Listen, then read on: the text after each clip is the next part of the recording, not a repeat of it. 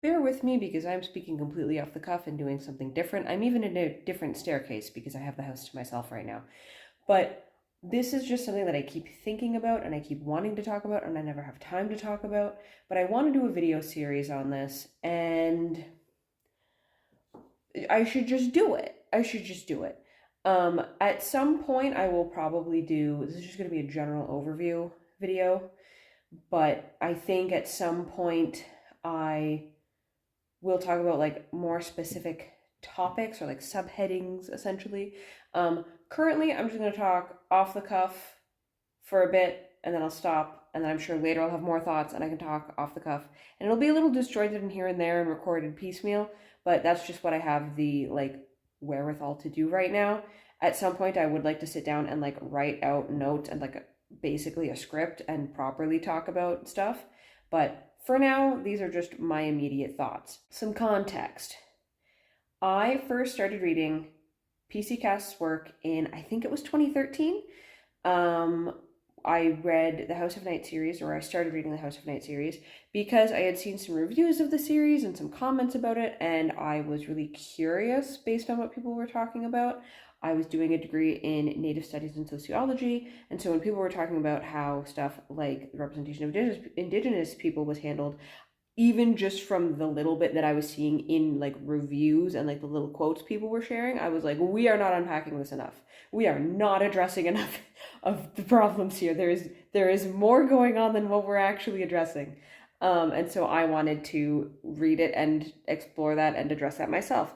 And so I have a lot of thoughts. I have a lot of thoughts about many aspects of the series in terms of its representation, in terms of how it handles social issues, in terms of its world building and characterization, and just everything. But first, I'm just gonna talk broadly about the series, okay? I think when I do these videos, I'm gonna do it in a format of I'm gonna talk about the potential of the books, I'm gonna talk about the outcome, so how they were actually handled. I'm gonna talk about the impact or like the potential ramifications of the way it was handled. And then I'm going to talk about like do-over or like how would this work better if it was done another way, essentially. The bare bones concept of the House of Night series is a world much like our own, except vampires are real. Vampires and magic are real. And it takes place at a vampire school where it is relatively queer normative, certainly queer accepting and matriarchal, and they practice witchcraft essentially, and it's a bunch of vampires. And on the surface, hell yeah, queer normative matriarchal Wiccan vampires sound sick as hell. It is also, and it's set intentionally set in the Bible Belt, which is also just, that's a fun concept. I also think the idea of different people will have more specialized forms of magic, like the main character Zoe Redbird has an affinity for all five elements, and that's like a fun idea. I love elemental magic. One of my favorite TV shows is Avatar: The Last Airbender, and I also have like a sort of nostalgic soft spot for, if anyone remembers which, that I have a soft spot for that as well. So I love elemental magic and elemental magic systems and all of that fun stuff. I also like the idea of, we can explore this more later, but the main character is Cherokee. And I think that is, I mean, I just want to read more books with indigenous main characters. That's like kind of the overall concept is like really interesting. I guess I could also talk about the villain. Incidentally, these videos are going to have spoilers, so when I'm talking about the villain, that's going to be a spoiler, just so people are aware. Spoilers be ahead. The main villain is a woman named Neferet. She is the high priestess of the school, and how do I even talk about what she's supposed to be conceptually? I think if you boil Neferet down to her essence, Neferet is a woman who was abused, and from that abuse, she sought power so she could never be hurt again, and potentially so she can protect her own is an idea that's in there. I think that's a great idea. I think there's a lot you can do with that. Now, in terms of outcomes, I'll address each concept piece by piece. Apologies if this area is very echoey. My house is generally very echoey. So let's first touch on queer normative as a concept. Queer normative typically would mean that it is a world or like an environment in which being queer is widely accepted. It's seen as normal, queer normative, normal, and there's minimal conflict around queerness, right? Now, the House of Night world is not queer normative. There is absolutely queerness in the world in which the House of Night series takes place, but vampire society is supposed to be largely queer normative. Problem. One of the main characters is Damien, and he is gay, but he is frequently the butt of jokes, specifically for being gay. And it's one thing if this was just from fellow fledglings, or like fledglings they were human and then they started going through the change and now they're turning into vampires. So obviously they're in between two societies. They were raised in one society with the norms and beliefs and behaviors of that society, and now they're transitioning into a new society and learning to adopt those behaviors and that culture and those beliefs. So it's conceptually, it makes sense that these fledglings would have carryovers from their old life, which includes homophobia. But the issue is that, like, no one else, like, none of the adult vampires really comment on or call it out. And it's never presented, like, the way it's framed in the text, it's never presented as bad to make jokes at the expense of Damien's queerness, or to treat Damien's queerness as like a punchline. An example of this would be Aphrodite, and to an extent the twins, which is Shawnee and Aaron. I'm not going to explain, at least not in this video, I'm not going to go into super detail of who each character is, because there's a lot of characters and I'd be here for 8 million hours. But just there's two characters called the twins because they're really similar and they like finish each other's sentences and shit. So Aaron and Shawnee and Aphrodite will refer to Damien as Queen Damien or Miss Damien and stuff like that. And there's moments where Damien, like I remember the first time they called Damien Queen, he goes to like argue against it or like get into basically a spat with them about it, and Zoe cuts them off and like pivots the conversation back to another topic. So the implication we have is that Damien does not like being called a queen. Damien does not like being referred to with feminizing language. Damien does not refer to himself with feminizing language.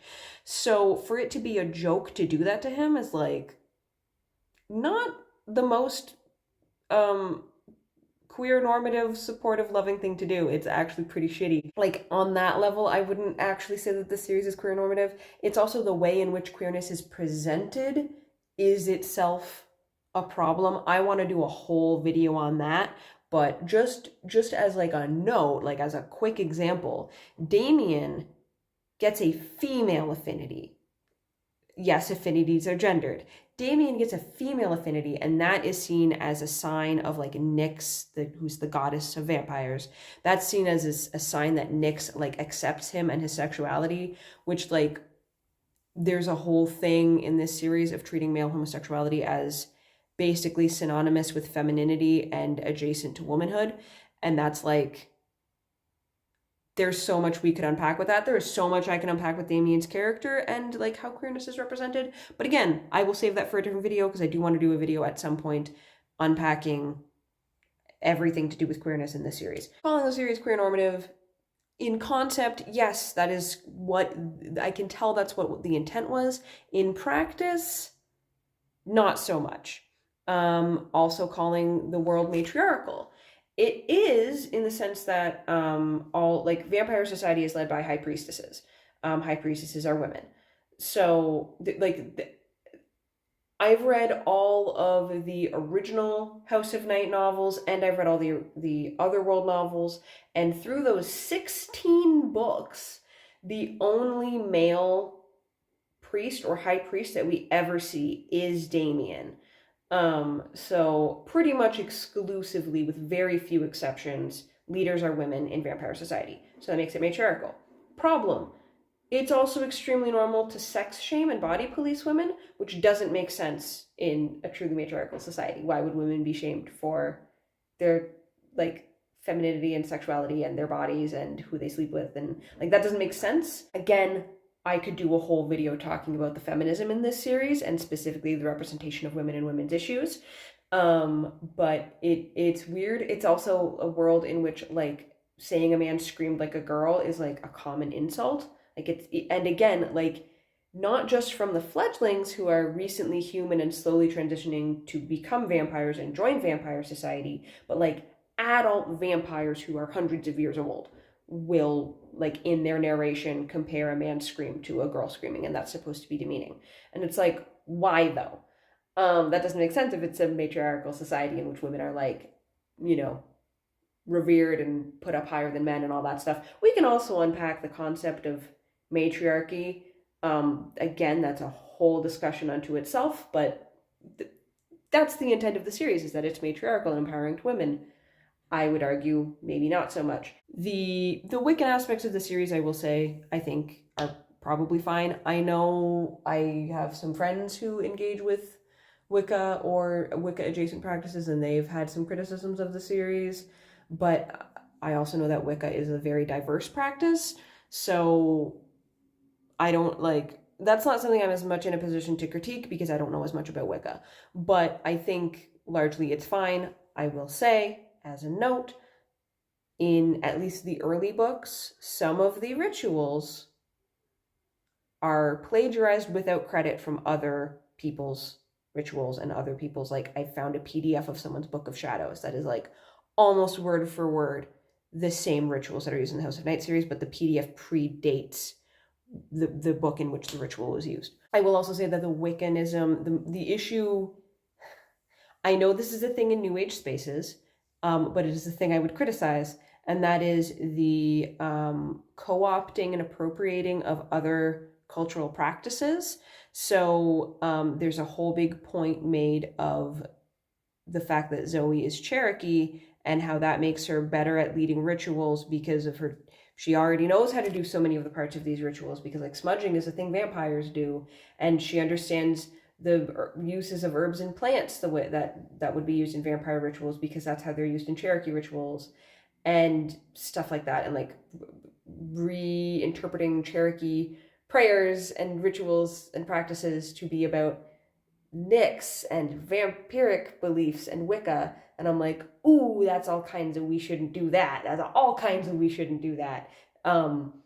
Again, that's its own discussion. Maybe I'll do a video discussing specifically the representation of Indigenous people, but with the caveat that I am white, and so I would just be talking about it from an academic perspective based on my degree, not from an experiential perspective or a perspective of like someone from the affected community, but that's neither here nor there right now. Bible Belt, that's there, but like it's here and there for like, there's a few straw man characters who are like the bad religious people. People of faith is what they are referred to. Clearly supposed to be essentially like Catholic or Christian fundamentalist stand-ins. And they're just there to kind of be bad and mean, and we don't really unpack it a lot. I will also say that like the fact that this series takes place in the Bible Belt and the fact that there are characters who come from families who were members of the People of Faith Church, I feel like this is a series that should have explored religious trauma more. We can talk about that when we talk about like what a do-over of this would look like, but there's really not an exploration of religious trauma. That, I guess that's another thing I can say with the Wiccanism. There's no exploration of what it is like to move out of one culture and into another. So none of the characters, like there's a couple lip service comments about like at first, the first time Zoe sees a pentagram, she's like a little like kind of alarmed by it, and the characters explain what a pentagram actually means, and she's like, oh, okay, that's fine.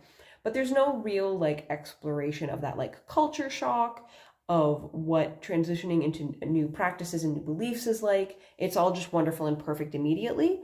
And it's also worth noting that there are no characters in this series who have a religion pre-change or pre-being marked, who hold to those beliefs and want to continue those practices and have to navigate balancing their human religious beliefs with the practices and beliefs of vampires and vampirism. That's just like not really in here. Cherokee main character, again, I can have a whole other video talking about Indigenous representation in this series, but the main points I want to bring up in terms of Zoe as a Cherokee character, Zoe being Cherokee is just there for the Chosen One plot, and it's there for the Chosen One plot because her being Cherokee, because she's mixed ancestry, one side of her family is Cherokee, she's Cherokee on her mom's side, and then on her dad's side she's white.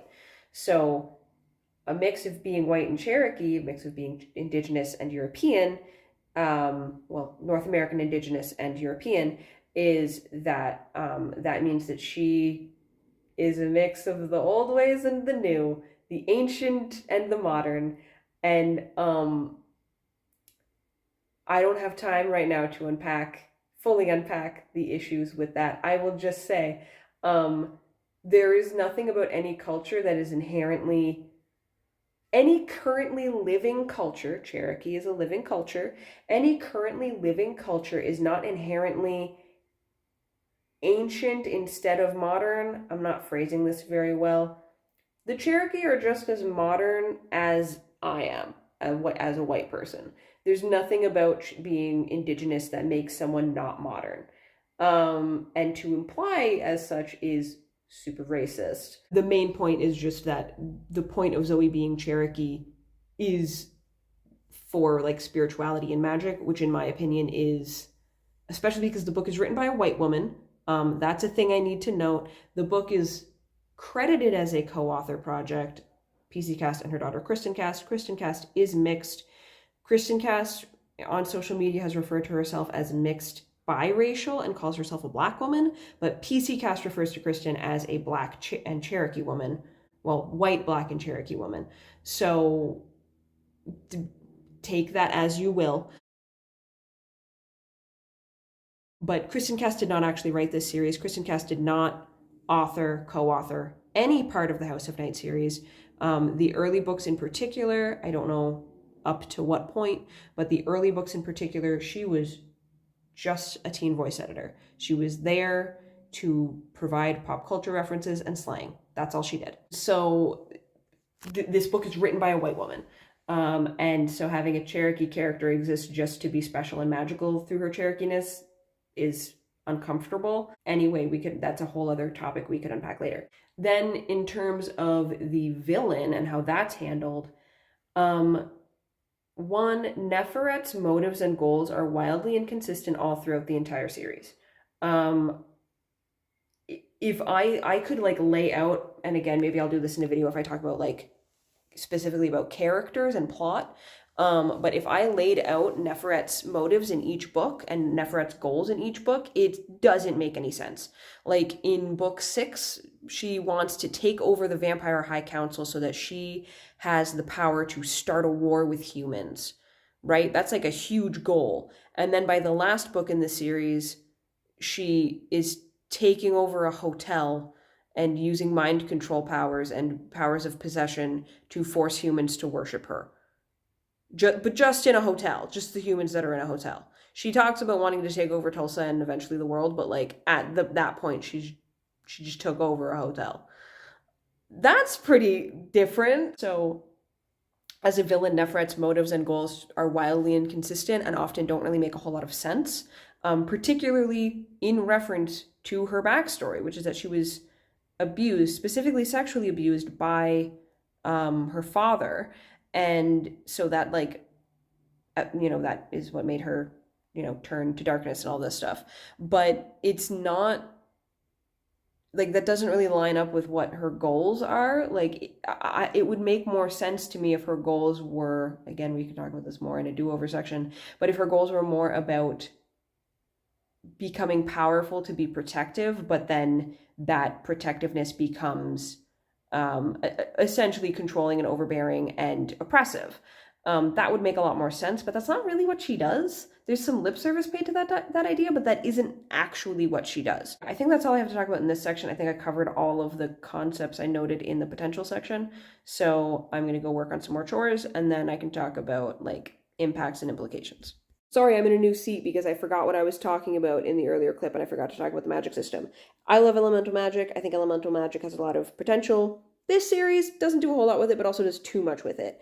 So the way the magic, at least Zoe's affinity, we're just going to talk about Zoe's affinity and adjacent elemental affinities. The way it works is if you need to light a candle, you can just snap your fingers and light a candle. Sure, if that makes sense. But also, if you're like, I want that person gone, you can be like, fire, burn them, and that person will spontaneously combust and die in a fire. You can do that. There's no established or like consistent cost to using magic in this system.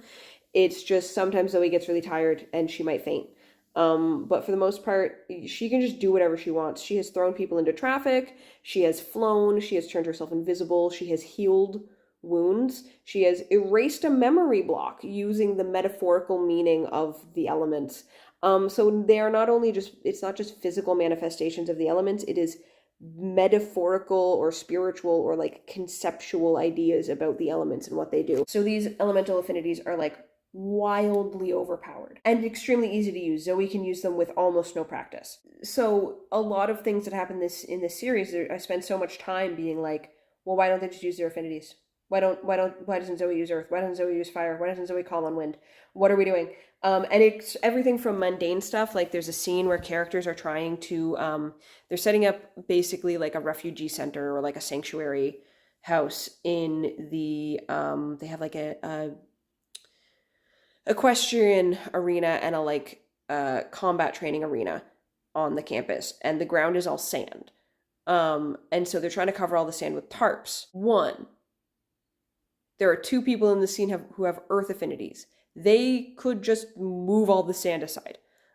Even if they have to put it into piles off to the side, that would be a lot easier than what is currently happening, which is a bunch of people just trying to hand move giant tarps over the sand and then having to shift them because sand got on them and then having to, right? Like super tedious. But also, the vampires have super strength, so why the vampires shouldn't be having this much difficulty moving tarps. But it's also big things like, there's a whole thing with the finale of the series. I won't get into everything that's happening in the finale, but for reasons, Zoe is calling on rare elemental sprites to fight Nepheret for her. But the thing is Zoe has an affinity for all the elements, and the sprites all go down in one hit. So I don't know why Zoe doesn't just, like, she's trying to get Nepheret closer so she can cast a spell on her. I don't know why she doesn't just use the elements to do that. She could just be like, hey, wind, pull her over here, because she has thrown two grown men into traffic just by asking wind to do it for her. So I don't know why it's an issue that she can't just use wind to move Nepheret. She doesn't try it and it doesn't work. She just doesn't try it. And that's the finale of the series. So that's like a pretty big issue that she literally doesn't use the elements in the finale, I don't think, not to my recollection. If she does, it's minimal. So she's super overpowered. The elemental affinities are wildly overpowered. You can do way too much with them. And then the characters just don't really use them because it would break the series if they actually use their powers to their full potential. So that's another critique of how the potential is actually handled and what the actual outcome of those concepts are. Okay, now I'm going to get back to talking about the impacts and implications. Now, some points to note when I talk about the impacts of this series and like how it affects people. Just like from notes to have about my perspective and my experiences and how that affects my interpretation of this series. One, just academically, as I noted before, I have a degree in Native Studies. I also honored in sociology, and what I really focused on in sociology, the thing I tried to take as many courses on as I could, was sociology of inequality. But like on a like personal level, I'm also a queer woman. I'm bisexual. I'm a woman, and I do have some frame of reference for disability. I have a visual impairment that prevents me from driving. I grew up poor. So I have some perspectives on representation and poverty. That won't come up in this series, this particular video, but it might come up later in the series. First of all, conversations about queerness and queer normativity in this series. It's not queer normative if I'm there to be the punchline. And I think it is notable that it's not just that gay people are made fun of in this series. It's specifically that the series presents Zoe and her friends as great allies and great people because they don't reject Damien for being gay, and they think it's bad to reject Damien for being gay, but also it is okay to treat Damien as the butt of the joke. It is fine and normal to think that being gay is funny. And like not even I'm not even saying that like you can't ever make jokes about queerness. I make jokes about being bi all the time. One, it's an extremely punnable sexuality. It's great. Um, but also like it's just fun, like it's funny to be a little lighthearted and silly about it sometimes. But this is specifically like, well, for one thing, all of the jokes of calling Damien Queen and Miss and like referring to him in feminizing language and feminine pronouns and stuff like that, where he doesn't like that, but it's fine because it's funny. Like that's not an acceptable way to treat queer people. It's not an acceptable way to treat anyone, but presenting that specifically as an okay way to interact with queer people is harmful. And like, yes, this book series was originally published in 2007. The original series was published between 2007 and 2014. So by 2014, a lot of this stuff was like we were well into having conversations about how you don't do that shit. But then the Otherworld series was published between 2017 and 2020. So in 2017, when Aphrodite is disparagingly calling Damien Queen Damien, and no one bats an eye, that's really notable that we're still supposed to think that's okay, and if not just okay, but funny. Queer people should be able to expect to be treated with dignity and respect. Not just, it shouldn't, the bare minimum should not be, well, this person doesn't hate me. They are not going to tell me I'm sinful or evil. They're not going to reject me outright, but they'll make fun of me. Like, that shouldn't be normal, and we shouldn't present that as okay. Especially this is a YA book. It's marketed towards teenagers. So, like, absolutely, that is going to be behaviors and ideas that you encounter in high schools. And PC Cass would know that because she was a high school teacher. She specifically wrote this because of the things she saw in her classroom, the students she saw being bullied. So for her to then present that as funny in her books is like, girl, what are you doing? Again, we can unpack a lot of this in another video specifically dedicated to queer representation in the series. But for now, treating queerness as the butt of the joke it should go without saying, harmful. Like, I don't know how else to expand on that right now. The way matriarchy is represented in this series, I think it is notable that like this series is specifically supposed to be empowering to young girls and women.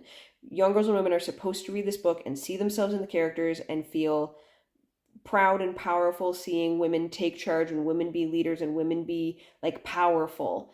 And like that is an intention of the series.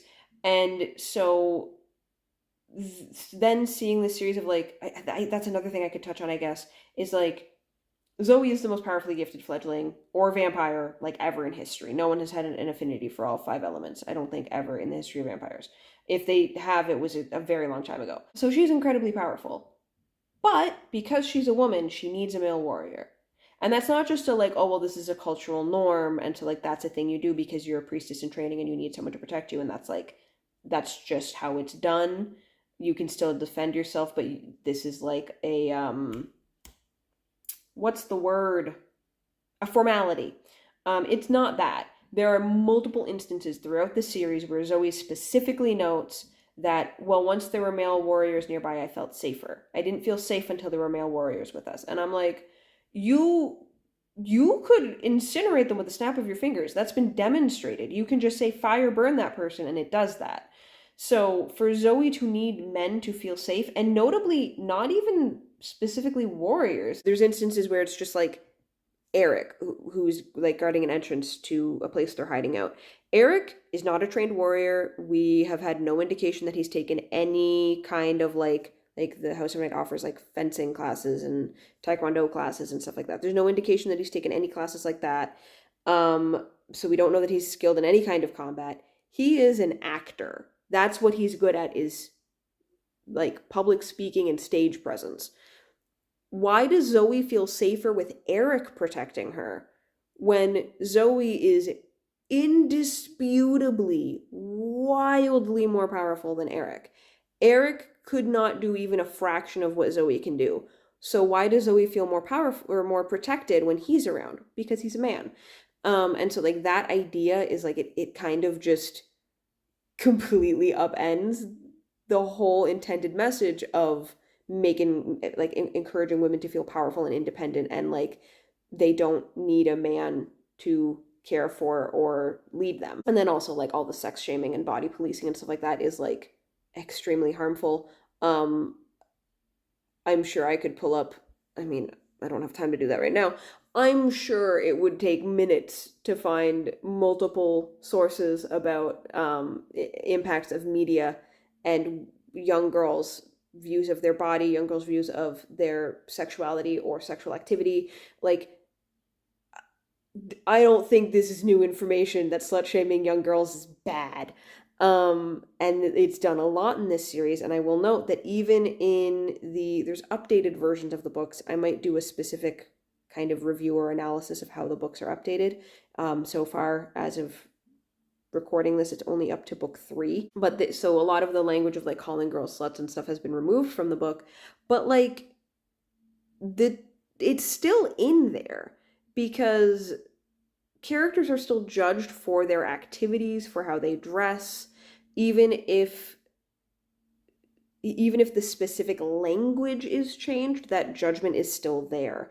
Also, it's in the Otherworld series. Again, those books were published between 2017 and 2020, and in Lost, which was published in 2018, there's specifically a line, well, there's a whole scene where other Neferet is speaking to her army, and it emphasizes how she's wearing a top that they can see her nipples through, and she's manipulating all these male soldiers by preying on their lust, and describes her smile as part honey, part whore. And like, obviously that is sex shaming. Like, I don't know what else to call that. And so like part of how Neferet is vilified is through her sexuality and through how she dresses and through the sexual acts she engages in. It's just perpetuating existing systems of harm against women. And even if this book specifically isn't like someone reads this book and they, feel horrific about themselves, I don't necessarily believe that's going to happen, but it is part of a broader system and part of a broader structure of rhetoric and social control of women and their bodies and their sexuality and their views of themselves and how women relate to each other. There's also a lot of girl hate in these books, especially the early books, which again doesn't change even with altering word choice in the text. And a lot of it is about either hating girls for being sluts or hating girls for being interested in the same boy. The other thing I could talk about is the Cherokee representation. I will just say, one, exotification and mystification of Cherokee people Indigenous people in general is a huge thing in this text, and that's very harmful. Also, creative liberties with history. This text erases the Trail of Tears. The only way that major aspects of the plot of this book can exist, and indeed Zoe being the chosen one and how that impacts the finale of the book, the only way that can be true and that can exist is if the Trail of Tears didn't happen and we pretend that Cherokee people are in fact indigenous to Oklahoma when they're actually indigenous to the Tennessee, Georgia area, which is extremely harmful. Like, there's already such a lack of information and understanding about Indigenous history and the atrocities committed against Indigenous peoples during the process of colonialism. So to have a popular book series perpetuate that in such a major way is really harmful. I will also note that the way Cherokee folklore and mythology is presented, it rewrites certain folkloric or mythological creatures to such an extent that even the author herself in a recent interview thinks that the way she described the creatures is the way they're originally described. It is not. And that's really harmful especially to a culture that has already dealt with assimilation and cultural erasure and depression and all that stuff. Like, there's been so much that was lost or stolen or destroyed of various indigenous cultures that to perpetuate that in popular media is just like really harmful. I don't know how else to articulate it. It's really harmful. Having these elemental affinities that are just never really used, it's not like that's not a problem in the sense of like it's not a problem the way that like harmful representation of queerness is a problem or the way sex shaming is a problem or anything like that. It's a problem in the sense that it pulls you out of the story constantly, at least for me, and it shows again to me a lack of like true thought about this world and the characters and the magic and the like what that should be able to do, what that could do, both at the level of like when these powers are used and these wild concepts and abilities are established, the author isn't thinking ahead of like, okay, well, if the characters can do all of this stuff, how is that going to impact later scenes? But also on a level of like, because I can get that, I'm a planter, I don't always think fully ahead for everything I write, but it's also it shows that like as conflicts are being written, no one is sitting back and going, okay, well, let's outline all of the resources the characters have at their disposal, and let's outline all of the things that we know these characters can do, things that we have specifically seen these characters do before. Do we have any tangible reason for them to not do one of those things right now? And if the answer is no, and the character still doesn't do it, that's bad writing, in my opinion. That's you're wasting your magic system. It results in a lot of conflicts feeling extremely arbitrary. It makes the characters look kind of stupid because it's like, hey, you could just do this thing to solve that problem. Why are we spending 200 pages worrying about this problem? Just use your affinity. Again, I could do a whole video with magic system in this series, like just talking about Stark's affinity. I could go through a list of every moment in which Stark's affinity should have broken the series and it just wasn't used. It's fine to have these really powerful abilities and then not have them solve every problem, but you have to give a reason why they aren't solving a given problem. The biggest way to do that would be to establish a cost, but we don't do that, so whatever. The lack of showing like religious trauma and actually digging into what it's like to grow up in the Bible Belt and actually digging into what it's like to be essentially forcibly relocated into a different culture, because that's what vampirism does. If you get marked and you don't go to a house of night to live among adult vampires, you will die. I'll say this one I don't think is necessarily as big of a deal. I think exploring it could have made the series a lot stronger, but I think that this can fall into the category of wish fulfillment, particularly like if a reader has religious trauma and like grows up in the Bible Belt, like, a queer person growing up in the Bible Belt reading a series in which a queer character in the Bible Belt gets to leave that environment, I don't think it's necessarily a bad thing to not explore that religious trauma. I think it could have been a better way to explore the world building and the characters in this series, because it clearly, that is kind of something the author wanted to do based on what's in the text and how the author talks about the text.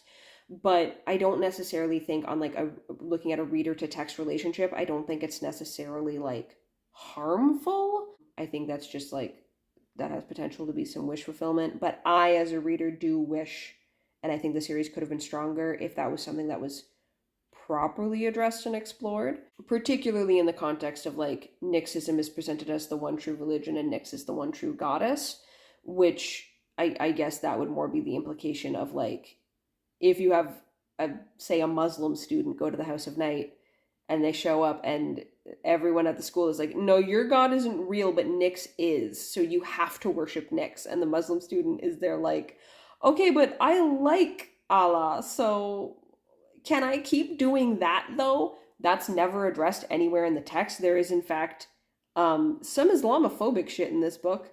Well, not book, but series. There's a few Islamophobic comments. I can go over them very quickly. I wouldn't even need to do a full video on that. In book 2, in Betrayed, the characters, for reasons, call in a fake bomb threat, and the name they come up with for their terrorist organization is Nature's Jihad. which obviously is extremely Islamophobic and awful. But then there's also, I can't remember what book it is. I think it's in Destined because it's in relation to talking about the death of Jack, and also Zoe reflecting on the death of her mother. And she's talking about the other world and what the other world is like for the dead. And she talks about how, I can't remember the specifics, but like the concept of reincarnation and how some people will be reincarnated into an environment where they can learn from their wrongs. And she's like, oh, so an abuser would be born into, say, a country where they're forced to wear a burqa. Um, okay.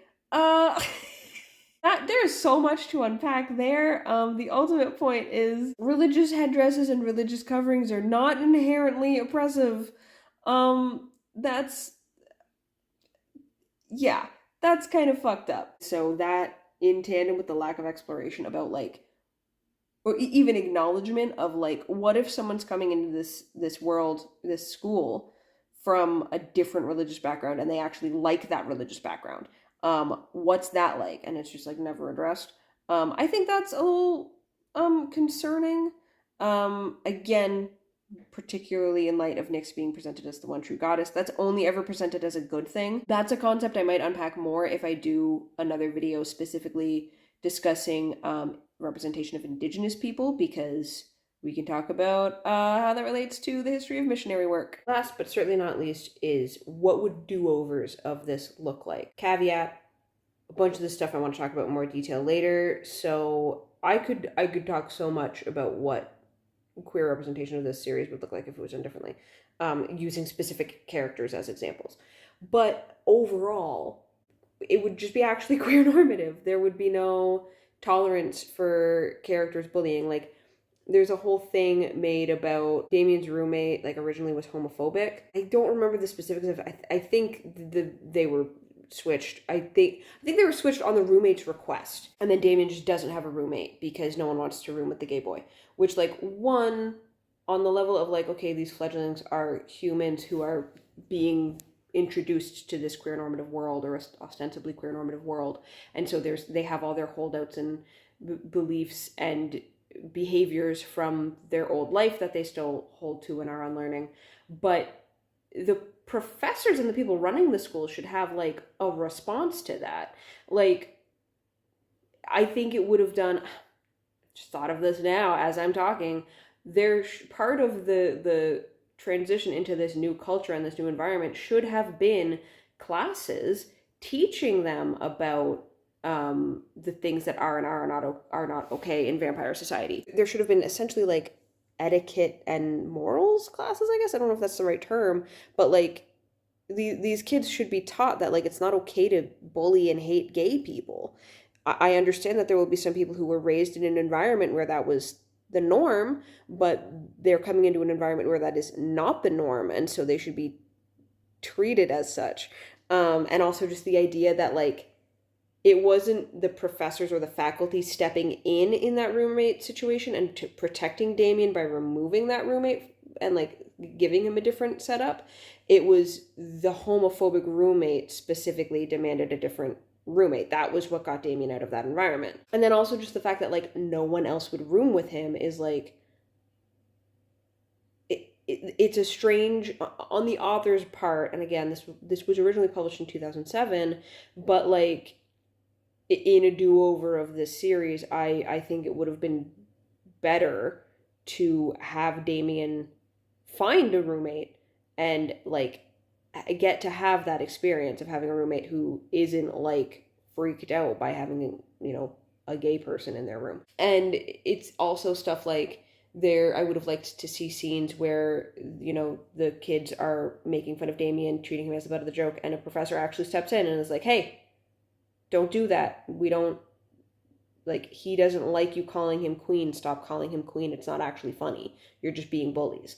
Like, I would have liked to see more of that. I think that would have made more sense in the context of a world in which these kids are transitioning into a different environment in which it isn't normal to make fun of people for being queer. I think that would have been a better way to handle it. And also just like having more queer characters, even looking at the Otherworld series, again, that was published 2017 to 2020. There's no reason for queerness to not be a more normal and like significant part of the world at that point, because like at that point in publishing, certainly in 2020, there were a lot more queer authors and queer books and queer characters. So certainly there has at least been an example of what that looks like. And it's not 27, it's not 2007 anymore. So that excuse doesn't hold. The matriarchy, I would have liked to just have a world in which the concept of owning your sexuality and owning your body, and women having actual like sexual freedom and a feeling that they can be safe expressing themselves however they want, I think that would have been like a lot better. And again, because this was a series where that was the intention was to be empowering for women, and specifically young girls, I don't really think there's an excuse of, oh, well, it was 2007, so it was a different time. I don't think that holds, at least not to that degree. I would have just liked to see more, like less girl hate, more girls just getting along, or if girls aren't getting along, having it not be about how they dress or who they're dating, or who they want to date. I just think that's annoying. I think a do-over of the,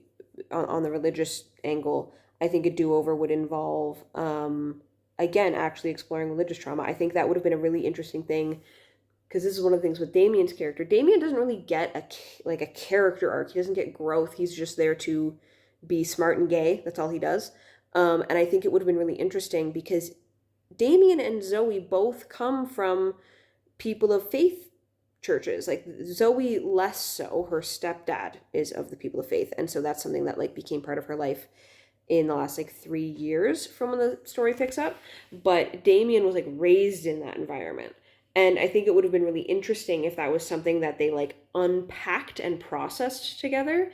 I think it would have been really nice to see Damien and Zoe have that unique bond of kids with religious trauma moving out of that traumatic environment and finding a new faith and peace.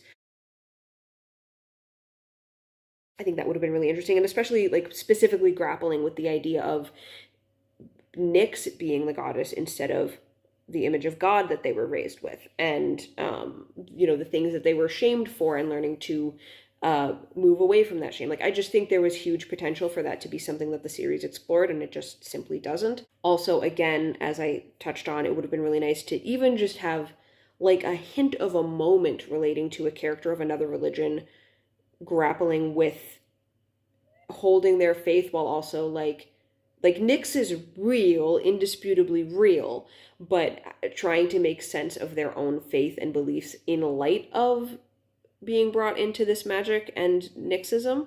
I think that could have been a really interesting and impactful thing to explore. I also would have liked to see like characters really struggle with adopting to Nyxism. Not even necessarily because of religious trauma, but just because like this is a completely different belief system, and like it's just not a practice they were raised with, and now they're expected to like, no, you have to go to the full moon ritual, and you have to engage with the elements, and you have to say this prayer to Nyx, and like that would be extremely shocking. Like, that's a very abrupt, shocking thing to deal with, especially if you either come from a devout religious background of a completely different religion, or even if you were just raised very agnostic or atheist where there weren't really religious practices in your family. That's a very jarring thing to be expected to deal with. Like, I didn't have a particularly religious upbringing, and if I woke up one morning with a mark on my head and had to go to a school where I had to worship a goddess and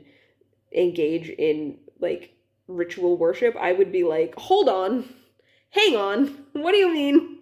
What do you mean I just have to do this? What are we talking about? Can I ask some questions?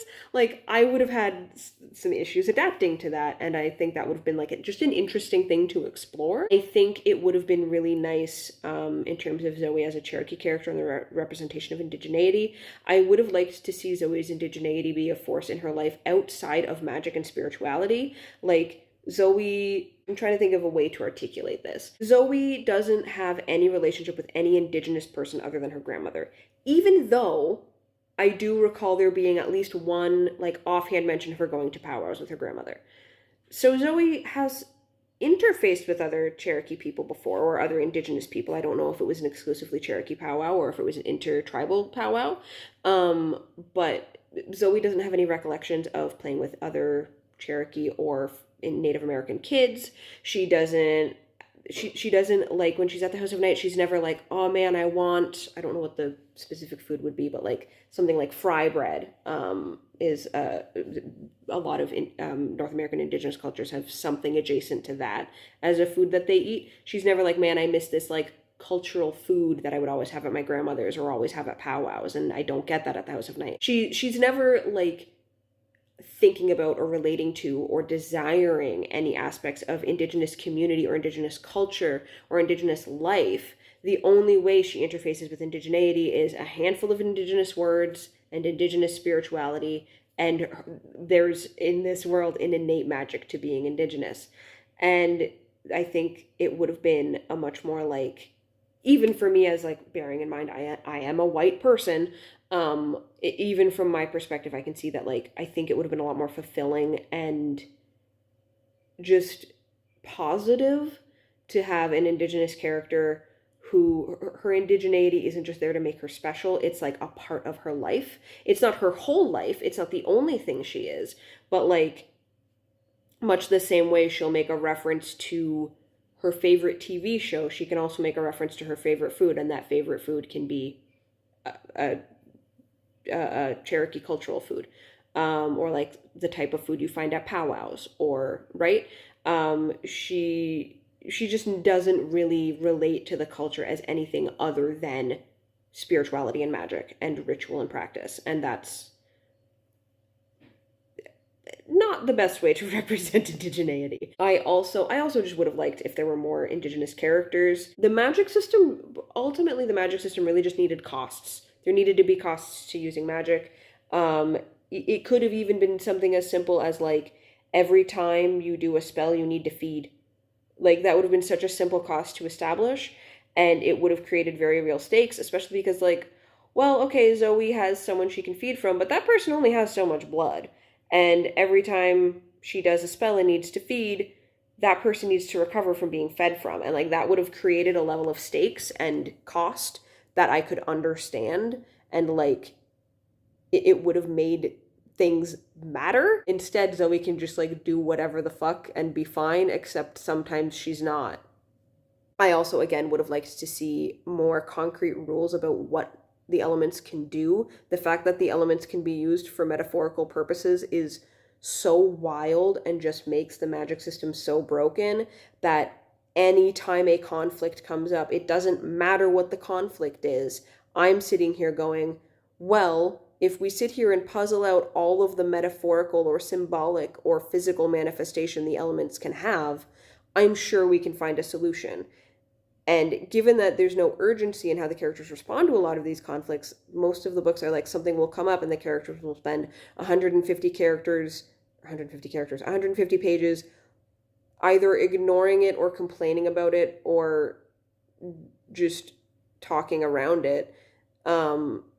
I think we can take the time for the characters to sit down and like puzzle out what they could do with the elements to possibly solve this problem. So yeah, I think that would have been a much better. I am running out of space on my memory card, or like on my phone, so I'm gonna have to offload all these clips.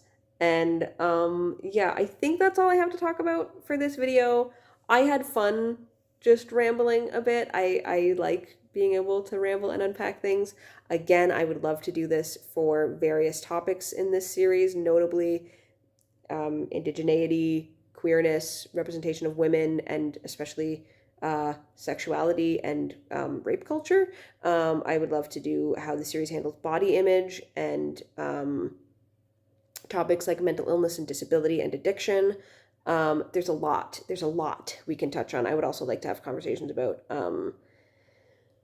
characterization and plot and a whole video about the magic system, because I could spend hours talking about the magic system and all the implications of the magic system. However, at least some of these videos I would want to be able to put like stuff on the screen and I don't have a video editor that does that right now. So if anyone has suggestions of video editors that can do that, I would welcome it. The cheaper and or more beginner friendly, the better. But for now, I will leave this video here. I will have links in the description for other places you can find me. I have a Patreon. And yeah, I think that's all I have to say. If you like this video, please leave a vampire or vampire adjacent emoji in the comments. And yes, that is where I will leave you today.